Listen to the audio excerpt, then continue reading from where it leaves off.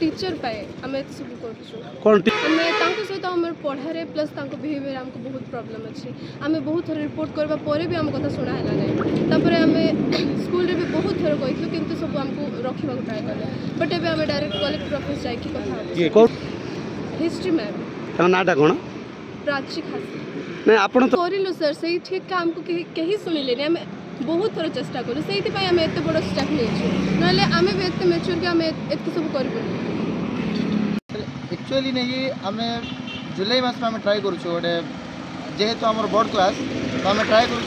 गोटे सल्यूशन बाहर history class मैंने हिस्ट्री टीचर तो नहांती आमर मैंने खाई भी नहांती माने बिहेवियर पढ़ाइबा स्टाइल किसी मिसा भल ना माने बिना रिजन रे जोटा मन रहा है कर चलते